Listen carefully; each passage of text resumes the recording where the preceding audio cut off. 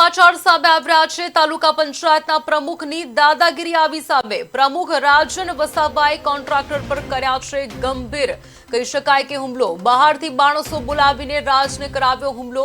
આ પ્રકારે હુમલામાં જિલ્લા પંચાયતના ઉપપ્રમુખની પણ સડોવણી હોવાનું નિવેદન આપને જણાવી દે કે અંજેશ પટેલ દ્વારા સામે આવ્યું છે।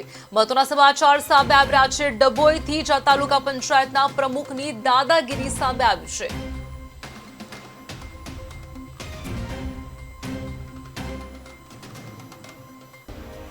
એવું હતું કે 11 વાગે હું કુબેર રાજા કરનાળી દર્શન કરવા ગયો હતો। ત્યાંથી આવીને સીધો 12:30ની આસપાસ હું ડભોઈ તાલુકા પંચાયતમાં આવ્યો અને ત્યાં મેં ગાડી પાર્ક કરી અને ગાડી પાર્ક કરી મારા મિત્રો સાથે હું વાત કરતો હતો।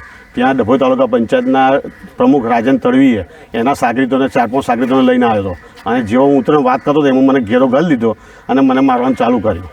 રાજન તડવીએ મને મારવાનું એવું હતું કે અને હવે વાત કરીશું અરવલ્લીની। તો અરવલ્લી જિલ્લાના માલપુર તાલુકાના અણિયોર અને આસપાસના વિસ્તારમાં આજે ધોધમાર વરસાદ નોંધાયો છે।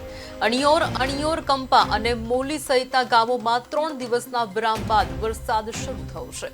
અસહ્ય ઉકળાટ અને ભેજવાળા વાતાવરણ બાદ કહી શકાય કે આવેલા વરસાદથી સમગ્ર વિસ્તારમાં ઠંડક પ્રસરી ગઈ છે। આ વરસાદ ખાસ કરીને ખેડૂતો માટે વરદાન સાબિત થયો છે। ખેડૂતોએ તાજેતરમાં જ ખેતરોમાં નિંદામણની કામગીરી પૂર્ણ કરી હતી। આ સમયે આવેલો વરસાદ પાકના વિકાસ માટે ખૂબ જ લાભદાયી સાબિત થશે। વરસાદના કારણે કહી શકાય કે ખેડૂતોના ચહેરા પર ખુશી જોવા મળી રહી છે। ગ્રામ્ય વિસ્તારોમાં વાતાવરણમાં તાજગી છવાઈ ગઈ છે। વરસાદના કારણે ખેતી કાર્યોમાં વેગ આવશે અને પાક સારો થવાની આશા જાગી છે।